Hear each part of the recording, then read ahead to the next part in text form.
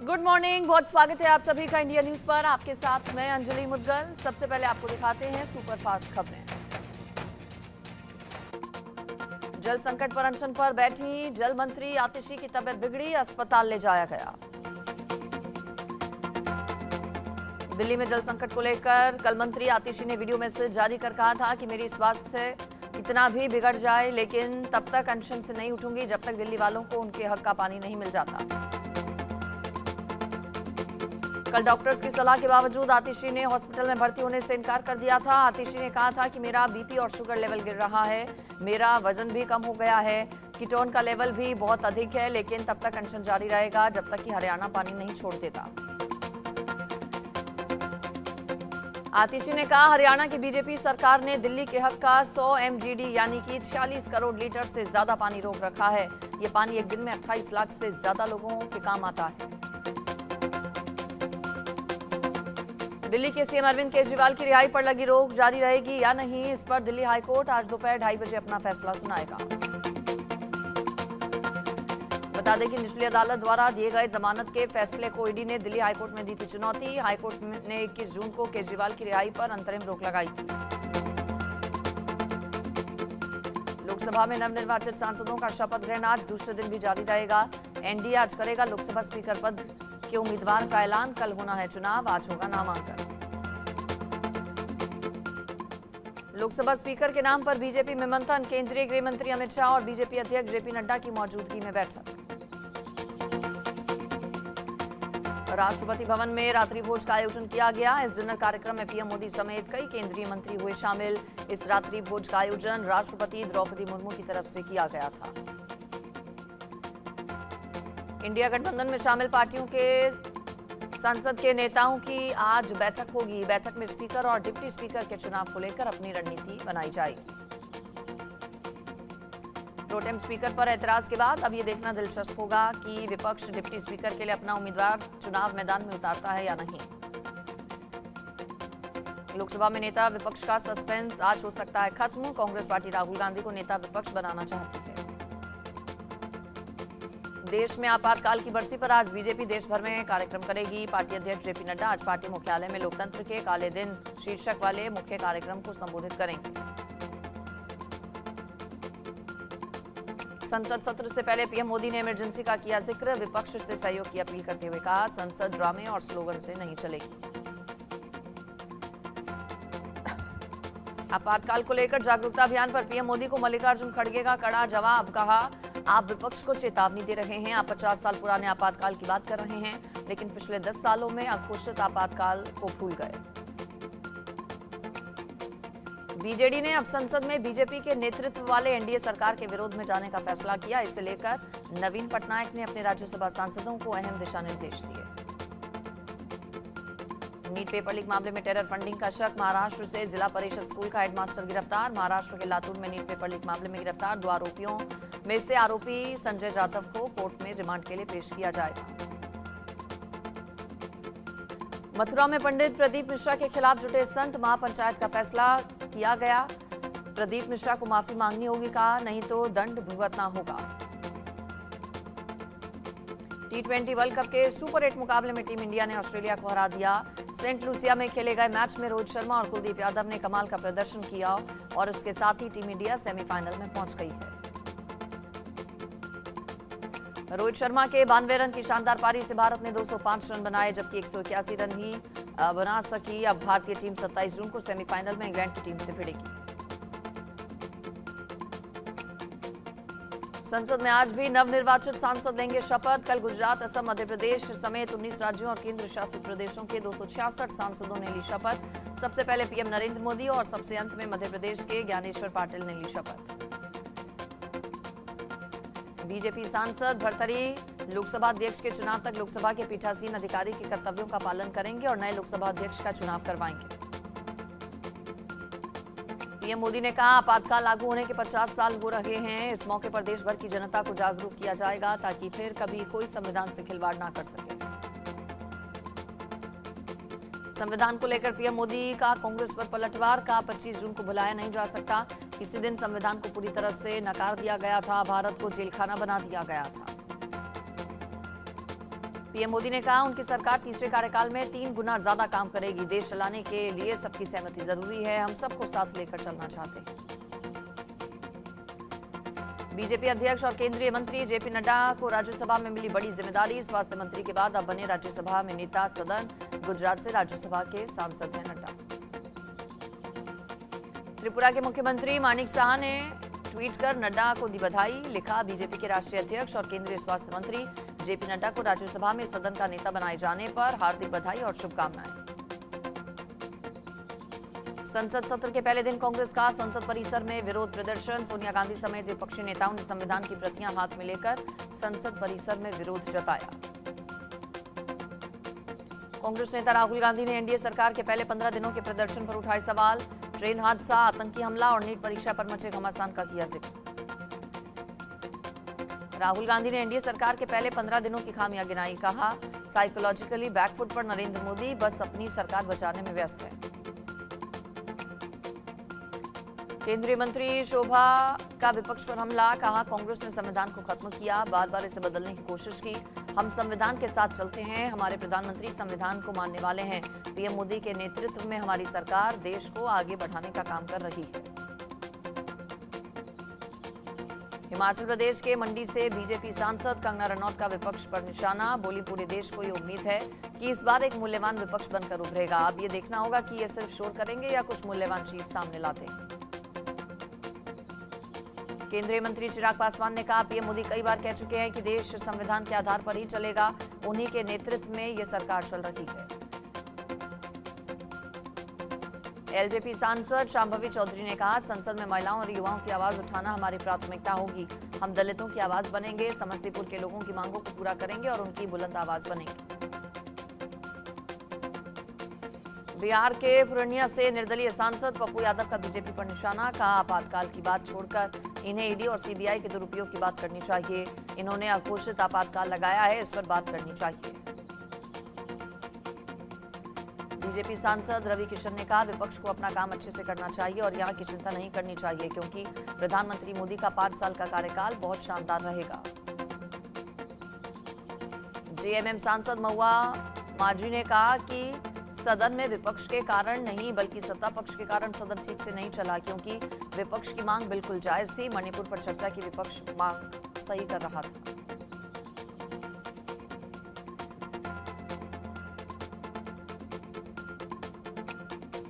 JMM सांसद महुआ माझी ने प्रोटेम स्पीकर पर भी सवाल खड़े किए और कहा कि 8 बार के सांसद को प्रोटेम स्पीकर नहीं बनाया गया, लेकिन 7 बार के सांसद को प्रोटेम स्पीकर बना दिया गया। मध्य प्रदेश के नवनिर्वाचित सांसदों ने शपथ लेने के बाद ग्रुप फोटो भी खिंचवाई। नीट पेपर लीक मामले को लेकर देश भर में जांच तेज। मामले में अब तक 25 आरोपी गिरफ्तार। पटना से 13, देवघर से 5, गोधरा से 5 और लातूर से 2 आरोपी पकड़े गए। नीट परीक्षा से जुड़े फर्जीवाड़े मामले में बड़ी कार्रवाई। सीबीआई ने 5 अन्य मामले दर्ज किए। राजस्थान, गुजरात के गोधरा, बिहार राज्य में स्थानीय पुलिस की एफआईआर को टेक ओवर किया। नीट मामले में जांच से जुड़े कुछ लोगों से जल्द पूछताछ कर सकती है सीबीआई। तमाम पेपर्स और सभी इनपुट्स को तीनों राज्यों की पुलिस सीबीआई जांच टीम से कर सकती है साझा। पटना में पेपर लीक के मास्टरमाइंड संजीव मुखिया की गिरफ्तारी को लेकर कवायद तेज। 6 टीमें अलग अलग जगहों पर कर रही छापेमारी। महाराष्ट्र में भी नीट धांधली का मिला कनेक्शन। आतंकवाद निरोधक दस्ते यानी कि एटीएस ने लातूर के एक जिला परिषद स्कूल के एक शिक्षक को गिरफ्तार किया। महाराष्ट्र पुलिस की जांच में खुलासा। नीट परीक्षा पास करने के इच्छुक छात्रों की मदद करने के लिए चलाया जा रहा था रैकेट। पुलिस ने कुल 4 लोगों पर दर्ज किया केस। नीट पेपर लीक मामले को लेकर बिहार में सियासत, सत्ता और विपक्ष का एक दूसरे पर आरोप प्रत्यारोप। नीट पेपर लीक मामले में आरजेडी का बड़ा दावा। पार्टी प्रवक्ता मनोज झा बोले, पेपर लीक के मास्टरमाइंड संजीव मुखिया का जेडीयू से कनेक्शन। किंगपिन को बचाने की हो रही है कोशिश। नीट पेपर लीक मामले में इंडिया न्यूज का इन्वेस्टिगेशन। पटना के लर्न प्ले स्कूल के किराएदार आशुतोष कुमार से ईओयू ने अब तक नहीं की पूछताछ। नीट अभ्यर्थियों को लर्न प्ले स्कूल में ठहराने वाले मनीष कुमार से भी ईओयू ने नहीं की पूछताछ। मनीष कुमार के पास परीक्षा से ठीक एक दिन पहले पहुंचा था बुकलेट। पटना के लर्न प्ले स्कूल बिल्डिंग के मालिक प्रभात मुखिया का बयान, परीक्षार्थियों को बिल्डिंग में ठहराने की जिम्मेदारी किराएदार ने नहीं दी थी। पटना के लर्न प्ले स्कूल के आशुतोष कुमार ने कहा है कि 5 मई को ही उसे अंदेशा हो गया था कि कुछ गड़बड़ है। मनीष ने पहले 5 से 7 परीक्षार्थियों के ठहरने की कही थी बात, लेकिन फ्लैट में 20 से 25 से ज्यादा परीक्षार्थी थे मौजूद। नीट मामले पर पश्चिम बंगाल की सीएम ममता बनर्जी ने पीएम मोदी को लिखी चिट्ठी, कहा सेंट्रलाइज्ड परीक्षा का सिस्टम खत्म हो और पहले की तरह डिसेंट्रलाइज्ड हो। नीट मामले को लेकर सुप्रीम कोर्ट में एक और याचिका दाखिल, ओएमआर शीट से छेड़छाड़ में एनटीए की भूमिका की जांच, सीबीआई और ईडी को सौंपने की मांग। नीट मामले पर केंद्रीय मंत्री चिराग पासवान ने कहा जांच चल रही है और जो भी दोषी होगा उसके खिलाफ कार्रवाई होगी। भविष्य में ऐसी कोई घटना ना घटे, इसे सरकार सुनिश्चित कर रही है। वित्त मंत्री निर्मला सीतारमण ने सरकारी बैंक प्रमुखों की मीटिंग बुलाई। इसमें PM Vishwakarma stand up India, PM Svanidhi और दूसरी कई प्रमुख योजनाओं की प्रगति की समीक्षा की जाएगी। केंद्रीय राज्य मंत्री राजभूषण चौधरी ने कहा कि आने वाले दिनों में बाढ़ की कोई समस्या ना हो, इसके लिए हम सावधानियां बरत रहे हैं। हम भूजल बढ़ाने का प्रयास कर रहे हैं। जल संचयन से हम बहुत हद तक बाढ़ को नियंत्रित कर सकते हैं। आगामी विधानसभा चुनाव की रणनीति बनाने के लिए कांग्रेस मुख्यालय में आज शाम महाराष्ट्र कांग्रेस के नेताओं के साथ पार्टी अध्यक्ष खड़गे और राहुल गांधी मंथन करेंगे। 4 चुनावी राज्यों की रणनीति बनाने के लिए दिल्ली में ये बैठकें हो रही हैं। सोमवार को झारखंड को लेकर हुई बैठक, बुधवार को हरियाणा और गुरुवार को जम्मू कश्मीर को लेकर बैठकें निर्धारित। इससे पहले कल दिल्ली में झारखंड कांग्रेस नेताओं के साथ खड़गे और राहुल की बैठक हुई। बैठक में महासचिव केसी वेणुगोपाल भी शामिल हुए। आरजेडी नेता मृत्युंजय तिवारी ने कहा कि प्रधानमंत्री को अब ये बोलना पड़ रहा है कि विपक्ष का साथ चाहिए। 10 वर्षों में उन्हें विपक्ष याद नहीं आया था। वो तो देश में विपक्ष को ही समाप्त कर देना चाहते थे। इस बार सदन में विपक्ष पूरी तरह से मजबूत है। तमिलनाडु में जहरीली शराब कांड को लेकर बीजेपी अध्यक्ष जेपी नड्डा ने कांग्रेस प्रमुख मल्लिकार्जुन खड़गे को लिखी चिट्ठी। मामले को लेकर कांग्रेस की चुप्पी पर उठाए सवाल। तमिलनाडु जहरीली शराब कांड को लेकर चेन्नई से एआईएडीएमके का प्रदर्शन, राज्य सरकार के खिलाफ हल्ला बोल। शराब कांड में अब तक 60 लोगों की मौत। राधा रानी को लेकर अमर्यादित टिप्पणी पर मथुरा के बरसाना में संत समाज की महापंचायत। ब्रजवासी बोले प्रदीप मिश्रा राधा रानी के चरणों में नाक रगड़े और माफी मांगे। बरसाना में बुलाई गई महापंचायत में 7 संगठनों के लोग हुए शामिल। ब्रज के धर्माचार्यों ने प्रदीप मिश्रा को शास्त्रार्थ करने की खुली चुनौती दी। पद्मश्री रमेश बाबा के गैवरवन क्षेत्र स्थित मान मंदिर के रास मंडप में हुई महापंचायत। भगवान कृष्ण का रूप धारण कर महापंचायत में आए ब्रजवासी। महापंचायत में राधा रानी की बड़ी तादाद में भक्त शामिल हुए। 200 से ज्यादा धर्माचार्यों ने पंचायत में लिया हिस्सा। जनवरी 2025 में आयोजित होने वाले महाकुंभ में श्रद्धालुओं को मिलेगी सभी सुविधाएं। सीएम योगी ने कुंभ की तैयारियों को लेकर की समीक्षा बैठक। ओडिशा के केंदुझर में उड़ीसा के मुख्यमंत्री मोहन चरण मांझी पहुंचे और उन्होंने कहा कि मुख्यमंत्री बनने के बाद आज मैं पहले बार अपने गांव आया हूं, मैं बहुत खुश हूं। देहरादून में अवैध निर्माण के खिलाफ चला प्रशासन का बुलडोजर। एनजीटी के आदेश के बाद अतिक्रमण के खिलाफ कार्रवाई। अहमदाबाद एयरपोर्ट को बम से उड़ाने की धमकी के बाद बढ़ाई गई सुरक्षा। डॉग स्क्वाड और बम स्क्वाड से सघन चेकिंग। सुरक्षा में तैनात सीआईएसएफ पूरी तरह से अलर्ट। 1.5 महीने पहले भी अहमदाबाद एयरपोर्ट को मिली थी उड़ाने की धमकी। 6 महीने में तीसरी बार अहमदाबाद एयरपोर्ट को ईमेल के जरिए धमकी। यूपी के प्रयागराज में डंपर की चपेट में आने से एक ही परिवार के 5 लोगों की मौत हुई। पुलिस ने आरोपी ट्रक ड्राइवर को गिरफ्तार किया। मध्य प्रदेश के दमोह में तीरे हत्याकांड के बाद सनसनी। होमगार्ड और उसके 2 बेटों की हत्या हुई। दमोह सागर सेठ हाईवे पर बासा तारखेड़ा कस्बे की घटना। जम्मू कश्मीर के श्रीनगर में लगी भीषण आग। मलरट्टा इलाके में लगी आग से घर और कमर्शियल संपत्ति जलकर हुई खाक। हरियाणा के कई इलाकों में भी बारिश की वजह से बदला मौसम का मिजाज। कई इलाकों में तेज बारिश के कारण जलभराव। उत्तर प्रदेश के कई हिस्सों में झमाझम बारिश की वजह से बदला मौसम का मिजाज। राजधानी लखनऊ के कई हिस्सों में तेज बारिश। उत्तर प्रदेश के अलीगढ़ में भी तेज बारिश की वजह से लोगों को गर्मी से मिली राहत। तेज बारिश से कई इलाकों में भरा पानी। मध्य प्रदेश के ग्वालियर में कई हिस्सों में तेज बारिश हुई। मानसून की बारिश से मौसम हुआ सुहाना। लोगों ने गर्मी से ली राहत की सांस। मध्य प्रदेश विधानसभा अध्यक्ष नरेंद्र सिंह तोमर ने महाकालेश्वर मंदिर में दर्शन और पूजा अर्चना की। कहा, बाबा से प्रार्थना है कि हमें शक्ति और सामर्थ्य दें, जिससे हम अपने दायित्वों का ईमानदारी से पालन कर सकें। चीन के फाइटर जेट लगातार ताइवान की सीमा में घुस रहे हैं। पिछले 2 दिनों के अंदर 23 चीनी एयरक्राफ्ट और 7 नौसैनिक जहाजों ने ताइवान बॉर्डर क्रॉस किया।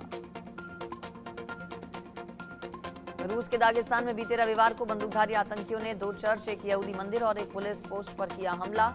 इस हमले में एक पादरी, 15 पुलिसकर्मियों के अलावा कई लोगों की मौत हो गई। दागिस्तान के आंतरिक मामलों के मंत्रालय ने कहा कि हथियारबंद लोगों के एक समूह ने एक सिनेगॉग और एक चर्च पर की है गोलीबारी। रूसी न्यूज एजेंसी TASS के मुताबिक हमलावर आतंकी एक अंतर्राष्ट्रीय आतंकी संगठन के सदस्य थे। फिलहाल किसी आतंकी संगठन ने हमलों की जिम्मेदारी नहीं ली। इजरायली सेना ने गाजा शहर में भीषण हमला किया। हमला एक मेडिकल क्लिनिक पर हुआ। गाजा के स्वास्थ्य मंत्रालय के मुताबिक इजरायल के इस हवाई हमले में गाजा के एम्बुलेंस और आपातकालीन विभाग के डायरेक्टर हानी अल जाफरवी की मौत हो गई। वहीं इजरायल की सेना ने कहा है कि उसका निशाना एक वरिष्ठ कमांडर था और इस हमले में हमास का एक वरिष्ठ सशस्त्र कमांडर भी मारा गया।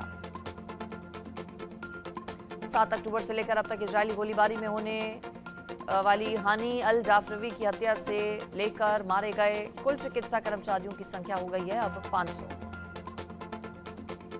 मलेशिया पुलिस ने इस्लामिक स्टेट के 8 आतंकियों को गिरफ्तार किया। गृहमंत्री सैफुद्दीन ने कहा कि बीते सप्ताह 4 प्रांतों में पुलिस अभियान के दौरान 25 से 70 वर्ष उम्र के 6 पुरुष और 2 महिलाओं को गिरफ्तार किया गया। खबर है कि इन आतंकियों की गिरफ्तारी के बाद देश के राजा सुल्तान इब्राहिम इस्कंदर, देश के प्रधानमंत्री अनवर इब्राहिम और अन्य प्रमुख हस्तियों की जान को लेकर खतरा टल गया है। इजरायल के प्रधानमंत्री बेंजामिन नेतन्याहू ने लेबनान से युद्ध छिड़ने के संकेत दिए। उन्होंने कहा कि जल्द ही इजरायल की उत्तरी सीमा पर सेना की अतिरिक्त टुकड़ियां भेजी जाएंगी। प्रधानमंत्री बेंजामिन नेतन्याहू ने साफ किया है कि गाजा में स्थायी युद्ध विराम के लिए कोई समझौता नहीं होगा। उन्होंने कहा कि गाजा में भीषण लड़ाई जल्द खत्म हो जाएगी। नेशनल असेंबली में बोले रक्षा मंत्री ख्वाजा आसिफ, पाकिस्तान में अल्पसंख्यक सुरक्षित नहीं, यहां मजहब के नाम पर लोगों को टारगेट किया जाता है। पाकिस्तान के रक्षा मंत्री ख्वाजा आसिफ ने कहा कि पाकिस्तान में लगभग हर दिन अल्पसंख्यकों का हो रहा कत्ल। ख्वाजा आसिफ ने कहा कि सरकार को अपने अल्पसंख्यक भाइयों और बहनों की सुरक्षा सुनिश्चित करनी चाहिए। उन्हें पाकिस्तान में रहने का उतना ही अधिकार है जितना बहुसंख्यकों का है। पाकिस्तान में ईश निंदा के आरोप में मदरसे में पढ़ने वाले एक 14 वर्षीय किशोर ने शिया समुदाय के एक शख्स की चाकू घोंपकर की हत्या। घटना पर बोलते हुए आला पुलिस अधिकारी ने बताया कि मदरसे में पढ़ने वाले किशोर ने अपने पिता और चाचा की ओर से उकसाए जाने के बाद की हत्या। बता दें कि पिछले सप्ताह ही खैबर पख्तूनख्वा के स्वाट में एक पर्यटक को ईश निंदा के आरोप में भीड़ ने जिंदा जला दिया था। टीम इंडिया ने अपने आखिरी सुपर 8 मुकाबले में ऑस्ट्रेलिया को 24 रन से हराया। इस जीत के साथ ही भारत ने T20 वर्ल्ड कप के सेमीफाइनल में बनाई जगह। वेस्टइंडीज के सेंट लूसिया क्रिकेट ग्राउंड पर ऑस्ट्रेलिया ने टॉस जीतकर पहले गेंदबाजी चुनी। ओपनिंग बल्लेबाज रोहित शर्मा ने 41 गेंदों पर 92 रन की शानदार पारी खेली। रोहित शर्मा ने 41 गेंद पर 7 चौके और 8 छक्कों की मदद से 224 के स्ट्राइक रेट से धुआंधार बल्लेबाजी करते हुए 92 रनों की बेहतरीन पारी खेली। ऑस्ट्रेलिया को पहले ही ओवर में झटका देते हुए हरदीप सिंह ने डेविड वार्नर को पवेलियन भेजा। पारी का आखिरी ओवर डाल रहे हार्दिक पांड्या ने मैच 4 रन दिए। ऑस्ट्रेलिया को जीत के लिए 29 रन की थी जरूरत। साउथ अफ्रीका के खिलाफ मुकाबले में मेजबान वेस्टइंडीज ने पहले बल्लेबाजी करते हुए 20 ओवर में 8 विकेट पर 135 रन बनाए। वेस्टइंडीज को 135 रन पर रोकने में साउथ अफ्रीका के स्पिनर तबरेज शम्सी का बड़ा योगदान रहा। उन्होंने 4 ओवर में 27 रन देकर 3 विकेट लिए। 136 रन का पीछा करने उतरी साउथ अफ्रीका की टीम ने 2 ओवर में 2 विकेट पर 15 रन ही बनाए। आखिरी ओवर में साउथ अफ्रीका को 6 गेंदों पर 5 रन बनाने रह गए थे, लेकिन मार्को यानसन ने इस ओवर की पहली ही गेंद पर 6 लगाकर अपनी टीम को जीत दिला दी। T20 वर्ल्ड कप 2024 में सुपर 8 का 12वां मुकाबला अफगानिस्तान और बांग्लादेश के बीच आज खेला जा रहा है। बता दें कि किंग्सटाउन के आर्नोट्सवेल स्टेडियम में अब तक 9 T20 इंटरनेशनल मैच खेले गए हैं। रिलायंस फाउंडेशन की संस्थापक और अध्यक्ष नीता अंबानी सोमवार को वाराणसी दौरे पर रहीं। यहां उन्होंने बाबा विश्वनाथ के चरणों में अपने बेटे अनंत अंबानी और होने वाली बहू राधिका मर्चेंट की शादी का निमंत्रण रखा। वाराणसी पहुंची नीता अंबानी ने गंगा आरती में भी भाग लिया। मीडिया से बात करते हुए उन्होंने कहा कि हमारे हिंदू धर्म में सबसे पहले भगवान का आशीर्वाद दिया जाता है, इसलिए वो बेटे की शादी का निमंत्रण पत्र लेकर बाबा के दरबार में आई है। नीता अंबानी ने बताया कि वो 10 साल बाद वाराणसी आई हैं। वाराणसी का विकास और बदलाव देखकर उन्हें काफी खुशी हो रही है। उन्होंने Kashi corridor, Namo Ghat, solar project और काशी क्षेत्र में स्वच्छता की तारीफ की। रिलायंस इंडस्ट्रीज के चेयरमैन मुकेश अंबानी के बेटे अनंत अंबानी सोमवार को फिल्म अभिनेता अजय देवगन के घर पर अपनी शादी का निमंत्रण कार्ड देने पहुंचे। अपकमिंग फिल्म कल की 2898 AD की एडवांस बुकिंग शुरू होते ही 24 घंटे के अंदर कमाए 15 करोड़। साउथ सुपरस्टार प्रभास, अमिताभ बच्चन और दीपिका पादुकोण स्टारर फिल्म कल की 27 जून को दुनिया भर में अलग अलग 5 भाषाओं में रिलीज होगी। सोनाक्षी की शादी में हुमा कुरैशी अपने बॉयफ्रेंड रचित सिंह के साथ नजर आई। दोनों पिंक आउटफिट में नजर आए। एक्ट्रेस हुमा कुरैशी और रचित सिंह दोनों ने अपनी इंस्टा स्टोरी पर वेडिंग और रिसेप्शन के फोटोज शेयर किए। बिग बॉस OTT 3 के घर में कंटेस्टेंट्स के बीच जबरदस्त टक्कर और रिश्तों में अनबन देखने को मिल रही है। शो का पहला नॉमिनेशन टास्क हुआ, जहां सभी घर वालों ने एक दूसरे के खिलाफ खूब जहर उगला।